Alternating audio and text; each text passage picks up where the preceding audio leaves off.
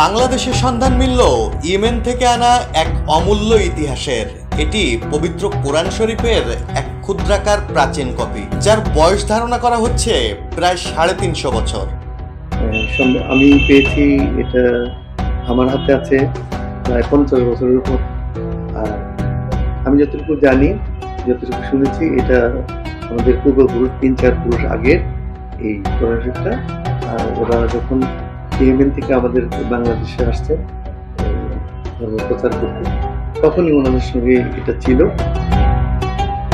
মাত্র 1.5 ইঞ্চি লম্বা আর 1 ইঞ্চি চওড়া, অর্থাৎ 1.5 বর্গ ইঞ্চি ক্ষেত্রফলের এই কোরআন শরীফটি খালি চোখে পড়া প্রায় অসম্ভব। বংশ পরম্পরায় এটি সযত্নে আগলে রেখেছেন কুমিল্লা নগরীর বাসিন্দা জামিল আহমেদ খন্দকার। জীবন অবাক না করলে কে করবে? 28% মিল্ক ফ্যাটের অবাক করার সাথে ফ্রেশ মিল্ক পাউডার। জীবন অবাক করুক প্রতিদিন।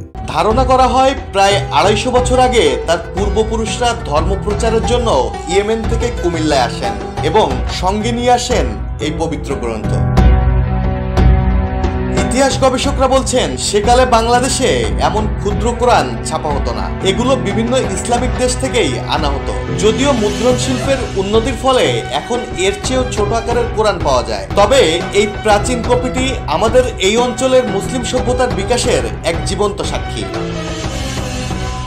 জামিল আহমেদের পরিবারের এই সংরক্ষণ নতুন প্রজন্মকে তাদের সমৃদ্ধ অতীতের সঙ্গে পরিচয় করিয়ে দিচ্ছে। ডেস্ক রিপোর্ট, জয় জয় দেব।